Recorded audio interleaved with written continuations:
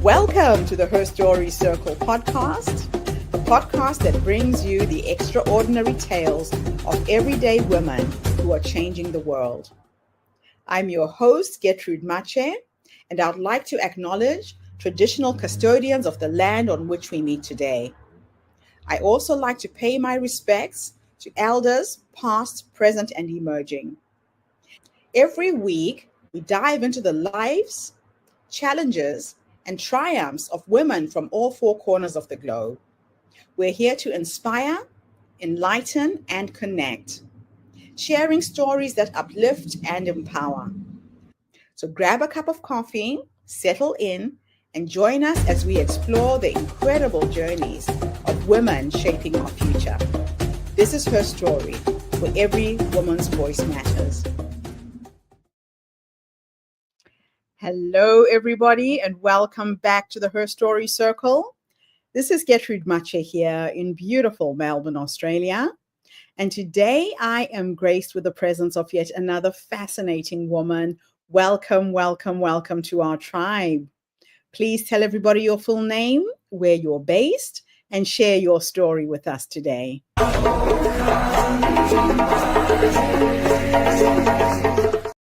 Hello, I'm Karen and I'm based in the United Kingdom. Now, my story today is one of resilience and one of hardship for many people out there who are thinking of becoming a parent. Now, as a child, I've always wanted to be a mum, and it's been a hard road. But picture the scene. I'm on holiday with my friend Simon, sitting out, looking out over the sunset in Egypt, having taken a holiday, being told to take a holiday very soon after my adoption process. And little did I know that an email was just about to come through. I open this email, and what do I see is a picture of a little girl who is blonde-haired, brown-eyed, and they've sent me a profile of this little girl and said, you are being considered for this little girl. While looking at that picture, I turned to my friend Simon and I said, that's my daughter. And he said, you don't know that, you still have the process to go through. And I went, no, I'm telling you, that's my daughter.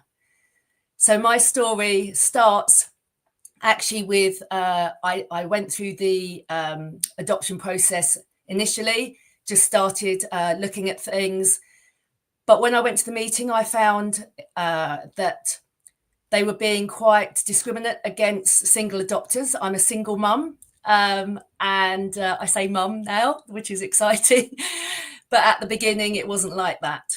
I went along to a meeting and, they kind of said they were going to make it more difficult for single adopters. They didn't say it in so many words, but the processes that they had in place made it more difficult. And also I had friends that had gone through the adoption process too and found it quite hard. And they said, you will always wonder what it's like, had you not tried to have a child yourself. And ideally I was looking for a baby, as many others do. However, so I walked away from that meeting quite disheartened, thinking, what am I going to do? So I decided to do IVF.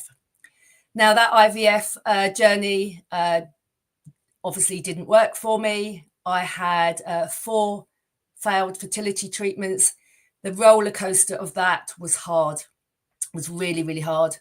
And after around about a year of not only the emotional roller coaster, but the financial one as well, I came out of that and decided again, after taking some time to heal, that I was going to do the adoption process again. And ironically, the adoption process from start to finish was a lot smoother this time and took 9 months. So from start to finish, as I said, 6 months for the process and then a few months before my little girl came and moved in with me at the age of 2.5. So, whilst I want to reach out to any parent out there, I want to let you know that you can be a parent, whatever the circumstance, whether you, whatever background you come from. I was single. I hadn't found anybody I wanted to have children with, and I had to do things a bit differently. And I want to tell you that it's the same for you. If you're going through this journey, whether you are already on the fertility roller coaster, and hopefully that will work for you, but there are other ways. There are other ways to become a parent, and I'm a testament that that can happen, and there can be a happy ending at the end of it. But it was a hard, long slog, and but I am now a mum to a 12-year-old who has been with me 10 years this year, as we celebrated, and we have a special day every year on the 23rd of June, where we celebrate when she moved in with me. So it's really exciting, and apart from the journey that I've been on, for those of you that want to become a parent, whether you're single, in a couple, same sex, whatever that fertility road or whatever journey you decide to do, you too can become a parent. So I take it I've still got a bit more time to chat through. That's okay. Thank you so much, Karen. Thank you for sharing your story with us today.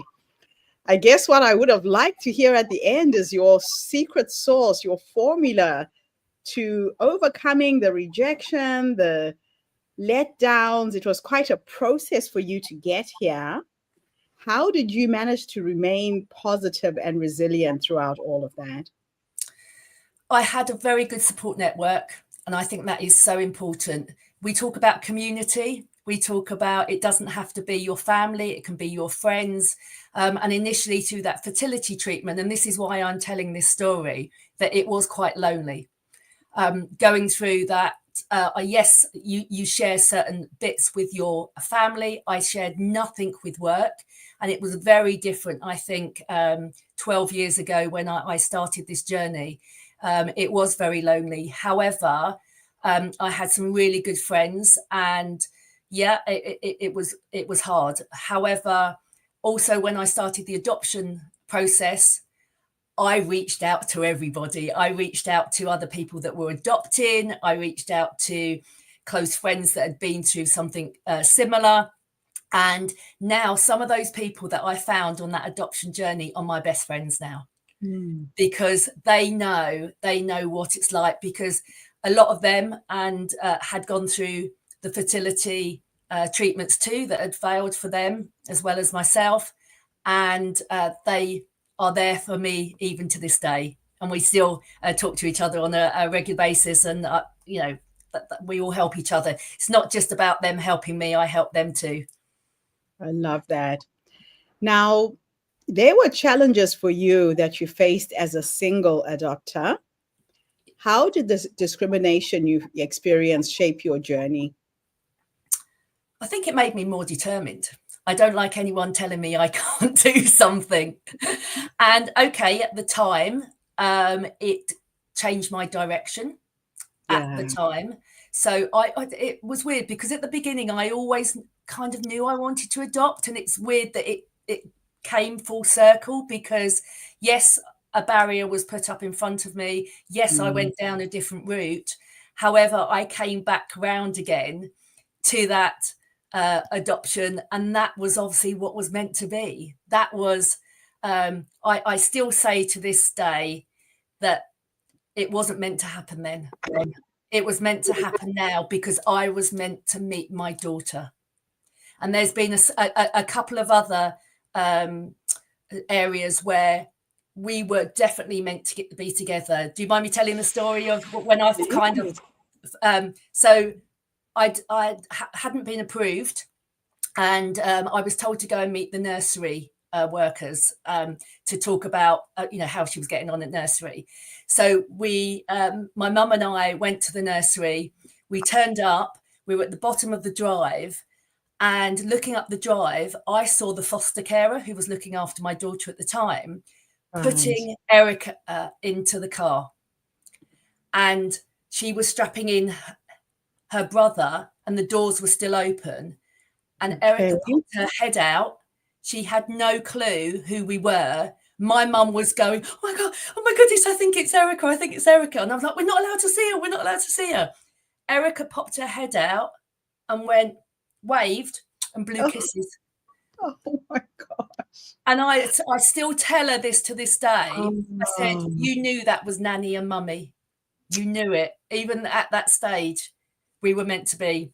So going back to what you said before about those difficulties, that journey, this was meant to happen because I was meant to meet her. Oh my gosh, that is so beautiful. What a beautiful story. And this is the thing, right? There's that, there's a movie I watched a few years ago called Different Corners. And it talks about if you had just taken a different street, a different path. Sliding doors. Yes. Yeah. But there's a song called Different Corners as well. Okay. So that is really interesting that you experienced this. Now, you went through a lot. There were so many emotional tolls that were on you. What was the emotional toll of the multiple failed fertility treatments? I think, and a lot of people who are going through fertility treatment at the moment will understand this. I know they have to do this, but they big you up to, yes, it's fantastic. Yes, we've got, for me, being obviously a single doctor, I had a sperm donor. So it's like, yes, we've got great sperm. Yes, you've got loads of eggs. So you're on this, oh my goodness, this is amazing. This is going to work. You're taking the drugs. That's making you, feel out of sorts, but you're thinking, this is going to work. This is going to work. And you go up on this high, as I said, the roller coaster. Yes. And then when it fails, and it's different for different people, some people go and have a pregnancy test. For me, that didn't happen. I just got my period. And my goodness, that decline, that drop, should I say, because as we know, periods can come at any time, but at this particular stage, it could be on the train. It was while I was at work, I couldn't show anybody. It wasn't just about me getting a period. It was about that it failed. Wow. And that was heartbreaking. I remember messaging my friend, telling her another one hadn't worked. And she was in tears, and I'm going, I can't, I'm on the train. I can't let this out. So I had to hold it in till I got home, and then I crashed. Yeah, that's got to be difficult. That is not easy. So how did you cope with the loneliness during those years? Whilst it was lonely, I knew I wasn't completely, it was a lonely experience, but I wasn't completely alone. I did have people there, whether that was I think I'd say to anybody now, don't, let people in. I struggled with that. I really struggled with, I felt it was my choice that I was doing this. And I think I didn't want to put other people through it. I'm very much that I can deal with my own grief, but I can't deal with other people's grief. Okay. So when I was struggling, I didn't really reach out to as many people as I should have done. And I should, and as I said, anybody out there doing this, please just let people in and explain to them that you can't deal with their grief, because you're just trying to process it yourself. But if those people understand, they will be there for you, even if they're not talking to you on a daily basis, to know they're there in the background, to understand that there are going to be times when it doesn't work, or it does work. For a lot of people out there, it will work. And, I'm not trying to put people off fertility treatment but I'm just trying to let you know there is another way. Man, that is amazing. Now, what was the turning point where you knew you had to stop the fertility treatments and look for the alternatives? So I knew I was going to do 2 IUIs and an IVF. The IVF turned into an IUI. For those of you that don't know, that is an insemination. Is the IUI and IVF is when they take the embryo out and fertilize it before putting it back in again. I ovulated too early on the third one. Never happens apparently, or rarely happens, so they said. So I felt that I hadn't done my IVF. So I did the fourth time of the IVF. And when that didn't work, and there was no reason, no rhyme or reason for it, as well as paying out £15,000 for fertility treatment. So not only, even if I had all the money in the world to carry on, I couldn't carry on. I couldn't put myself through that roller coaster again. And I didn't know at the time what I would do. I suppose I had adoption in the back of my head, but I needed time to heal. Yeah. I needed a good 6 months. And I think, and again, people need to, take time to process what's not happened, to grieve for I think you grieve for what you have an idea in your mind of what's going to happen. You're going to have a baby. This is going to happen 9 months later, but that wasn't going to happen for me. And I had to process that. And that doesn't happen in a day, in a week. That takes a lot longer. And for different people, they may do it quicker than I did, but I needed to take a good 6 months or so to go, right, okay, what next? And that idea was still at the back of my head that I wanted to adopt. And I thought, you know what? I'm just going to explore again and just see if things were still the same. Because, at this stage, another year had passed. And actually, the second time, it was totally different. New processes had been put in place. A governing body had been brought in the UK to make sure that that the adoption process was inclusive, that wasn't, there wasn't discrimination against single-sex adopters, single-sex couples or single adopters, that process was inclusive to everybody. And as I said to you in the intro, ironically, it went really quick. It was the 6 months of process, bam, bam, bam. Then was told to take the holiday, thinking, they said it might happen quickly. I really didn't think it was going to happen that quickly. But it's amazing how they match you. My daughter even looks like me. It's just crazy. bizarre. And she's a very cuddly little girl, or not little girl anymore. She's taller than me. She still loves her hugs. But yeah, she was just, I mean, when I saw her, as I said, I just knew. I knew that was my daughter. So what went through your mind that first day when you saw that photograph? What was the knowing that you just knew that was her?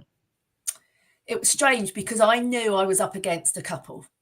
And, if I was to think logically about it, and I did afterwards, I thought, well, they're going to choose the couple. Why would they choose me as a single adopter? Isn't it better that she, they talk about, the couple being better at the time. That's what I was told. It's not necessarily the case. Yes. It was in my gut. It was in my heart that I knew that she was coming to me, even though I had to, once I got that email, it wasn't a simple process. You have to fill out loads of forms to say how you will support her. Erica's got siblings. It's about nurturing those relationships as well. You have to talk about how that's all going to work. So whilst you got all that process to go through, I still knew in my heart and gut feeling that she was going to be my daughter.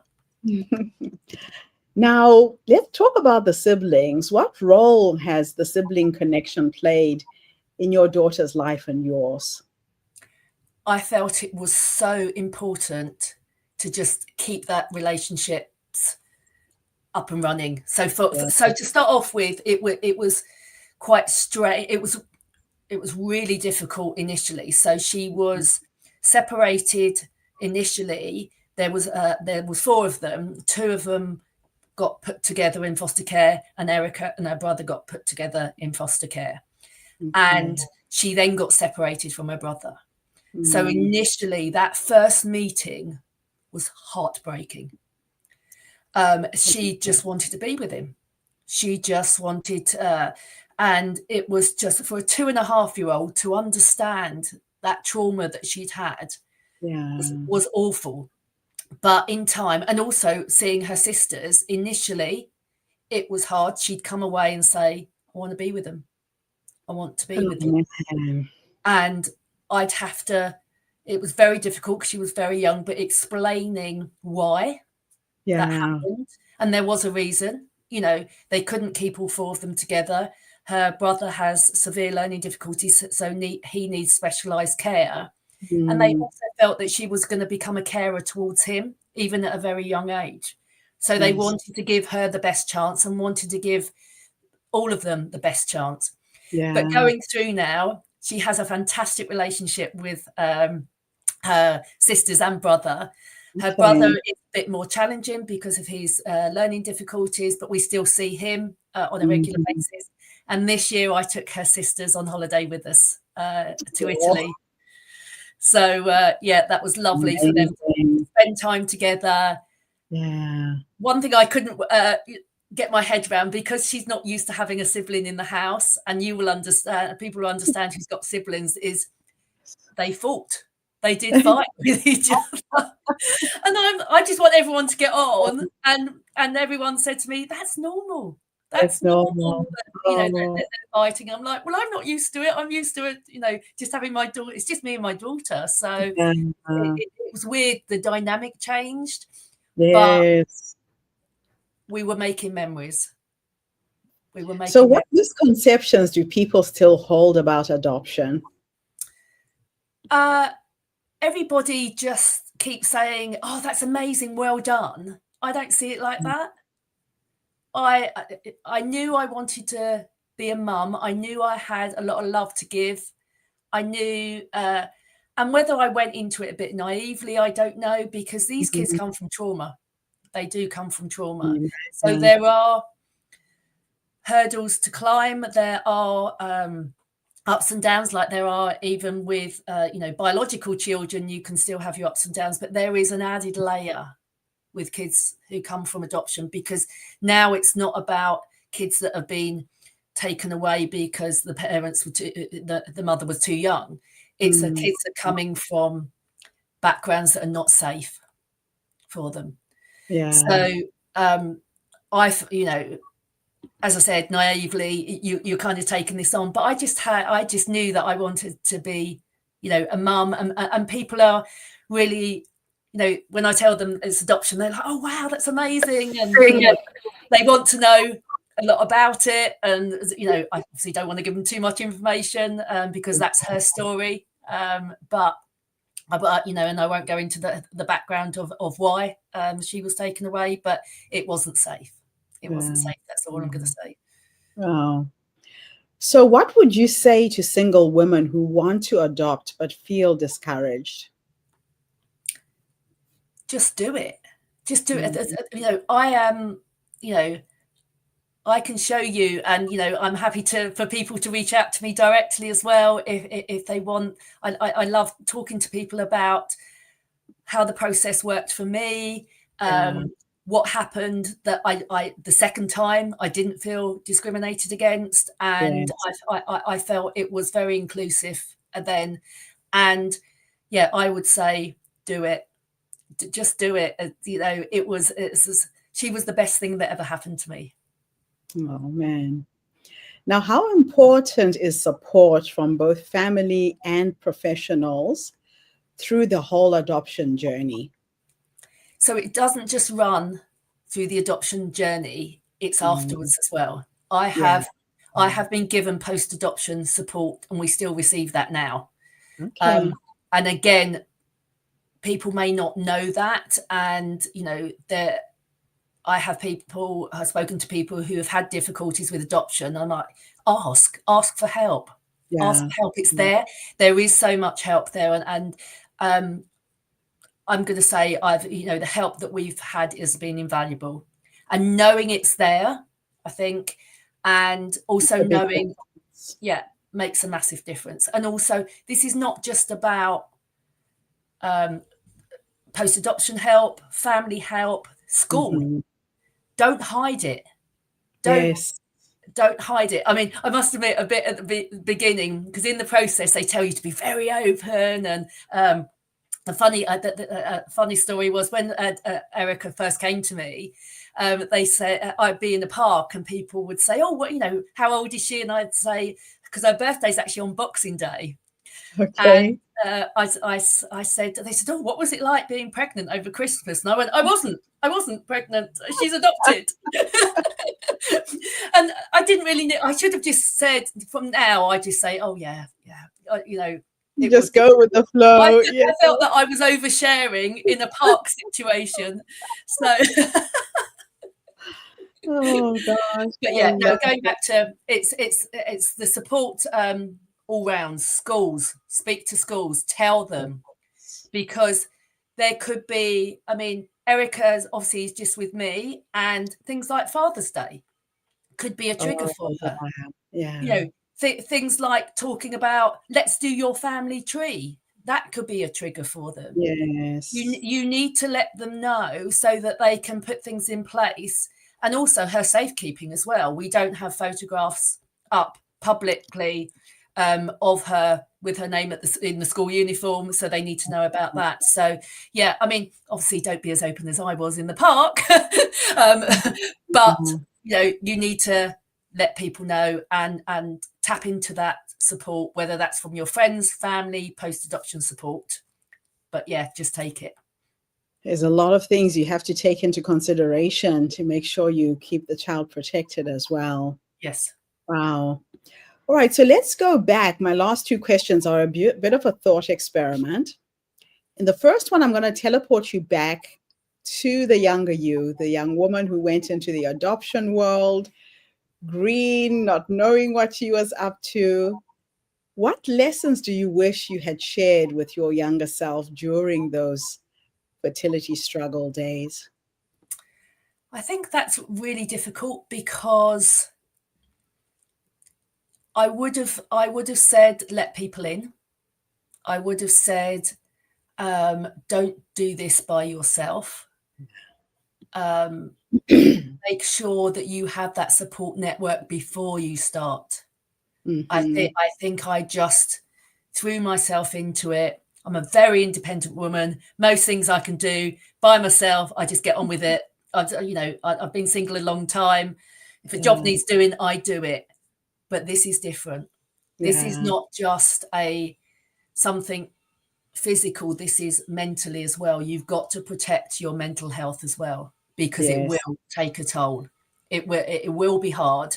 But if you've got that support network, if you've got that community, then it won't make it fantastic, but it will be easier. Yeah. So what legacy do you hope your story leaves for other women considering alternative paths to motherhood? Where do you see yourself at 90, surrounded by your children, your grandchildren? What will life be like? What do you envisage in the future?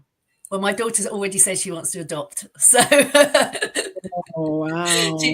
she hasn't even got it in her head about, I said, if you get married and, if you go on to have children, she went, no, I'm adopting. I don't, so it's inspiring anyone out there that you're becoming a parent may not take the road that you imagine. Yeah. But be open to everything. That could all possibilities. So, it may not be what you'd hoped it was going to be. Yeah. But I'm telling you now, yes, I thought IVF was the right thing at the time. But actually, it was something else, and actually something that I'd thought about from the beginning. So just be open. Just be open and protect yourself. protect yourself and get that support network. That is awesome. Well, listen, thank you so much for coming online and sharing your incredible story with us today. It's really inspiring. Thank you for having me. Yeah, you've really shown us what's possible. The main thing that I'm getting from you is parenting, motherhood is motherhood. And if you really want it and you want it bad enough, the options are there. Get the support that you need and just go for it. Just Absolutely go for it. beautiful. No, Karen, thank you. Thank you so much. Thank you for having me. Absolute pleasure. And thank you to everybody who tuned in today. The Her Story Circle is not just a podcast. We're a social impact movement that brings you the stories and voices of women from all over the world. We share our stories to uplift you, to inspire you, to energize you, but most importantly, to take you from where you are now to where you're trying to go. So if you are a woman or a man who has always known that you can be a parent and want to be a parent, there's so many children out there that are looking for love, that are looking to be adopted. Look at it as an alternative. And Karen is right here to support you if you need that help. Definitely. Thank you so much, everybody. I'll be back again tomorrow with yet another amazing guest. In the meantime, have a fantastic day, morning, or evening, wherever you are in the world. And bye for now. Karen, don't go away. Thank you for tuning into the Her Story Circle podcast. I hope today's story has inspired you to believe in the power of our stories and the difference you can make in the world when you use your voice. I'm Gertrude Mache, and it's been an honor to share this space with you, where voices from all walks of life come together to weave a rich tapestry of diverse perspectives. Don't forget to subscribe, rate, and review our podcast to help us share these stories with more listeners. Follow us on social media by looking for the Her Story Circle podcast for more updates. And join us tomorrow for another episode filled with courage, resilience, and empowerment. Remember, your story matters, and together we're building a stronger, more inclusive world. Until next time, keep making her story. Thank you so much, Karen.